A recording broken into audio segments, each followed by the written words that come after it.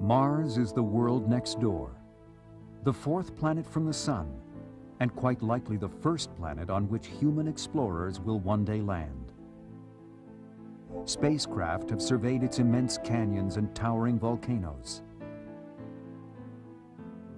Landers have photographed pink skies and a desert filled with boulders. Like Earth, Mars has seasons that turn summers into winters. Raging dust storms sometimes sweep over the planet, blocking its surface from view. While past missions to Mars have enhanced our knowledge of the planet, discoveries have led to important new questions.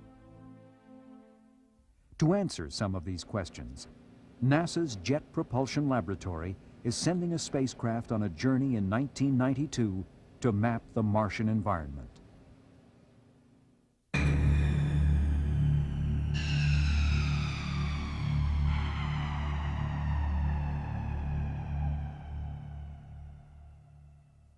Unlike Earth, Mars lost most of its atmosphere long ago.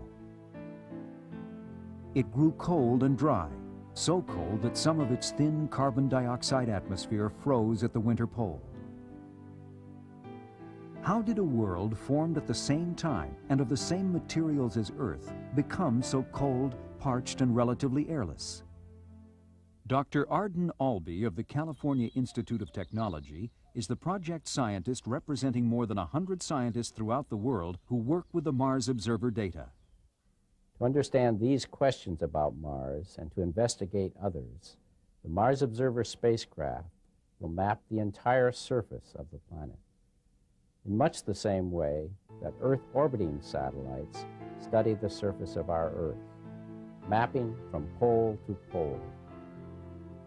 The primary goals of the mission are to understand the chemical and mineral nature of the surface, to measure the surface topography, and to create a relief map of the entire planet, to study the gravity field, and to search for a magnetic field. This mission will help us to understand the planet's climate, now and in the past. Mars Observer will give us a basic global understanding of the planet for future exploration. NASA and JPL contracted with General Electric Corporation's Astrospace division to build the spacecraft. Weighing more than 5,000 pounds, Mars Observer was specially designed for launch aboard a Titan III rocket booster built by the Martin Marietta Astronautics Group. Mars Observer sits atop this 12-story high vehicle. After the Titan has placed the spacecraft into Earth orbit, a second rocket booster, the Transfer Orbit Stage from Orbital Sciences Corporation, will fire to free the spacecraft from Earth's gravity. Mars Observer will then be on its way to Mars. Some of the spacecraft's solar panels, its dish-shaped communications antenna, and two booms carrying science instruments will be partially deployed right after launch. The spacecraft will first unfold 4 of its solar panels to begin drawing solar power. Then, 2 science booms will be deployed, one carrying the magnetometer, the other supporting the gamma-ray spectrometer. That's the way we'll fly to Mars. In August 1993, after 333 days in space, the spacecraft will reach Mars and enter an elliptical orbit around the planet. The flight path will be carefully adjusted over 4 months until Mars Observer is in a nearly circular orbit around the poles. At that time, all booms will be fully deployed. In other words, the spacecraft will open up like a flower. The spacecraft will keep its scientific payload continuously pointed at Mars. 7 science instruments will spend an entire Martian year, about 687 Earth days, exploring the planet on a global scale.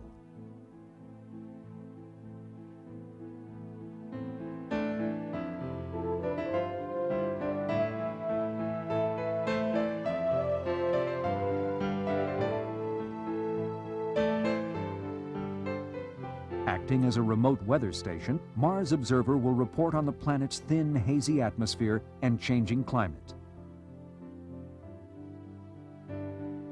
Volcanoes and other land forms will be studied to determine the geological processes that have shaped the surface of Mars. A search will be conducted for evidence of a magnetic field. Scientists will want to know if water once flowed on Mars, as the Mariner and Viking missions suggested. If so, where is it now? Were conditions for life on Mars more favorable in the distant past? JPL's Advanced Multi-Mission Control Center will be supported by NASA's Deep Space Network. The mission will be the first to provide a database at JPL that scientists will be able to access from their home institutions. Specially designed workstations will connect them to the data center at JPL. As part of an international effort, Russian instrument packages will be landed on the Martian surface in the mid-1990s. Mars Observer carries a radio system supplied by the French Space Agency to support these missions. This radio system will allow the spacecraft to receive and relay data from the instrument packages on the surface. As the data is processed, the Mars Observer mission will help us understand the evolution of our planetary neighbors and provide a legacy for human exploration.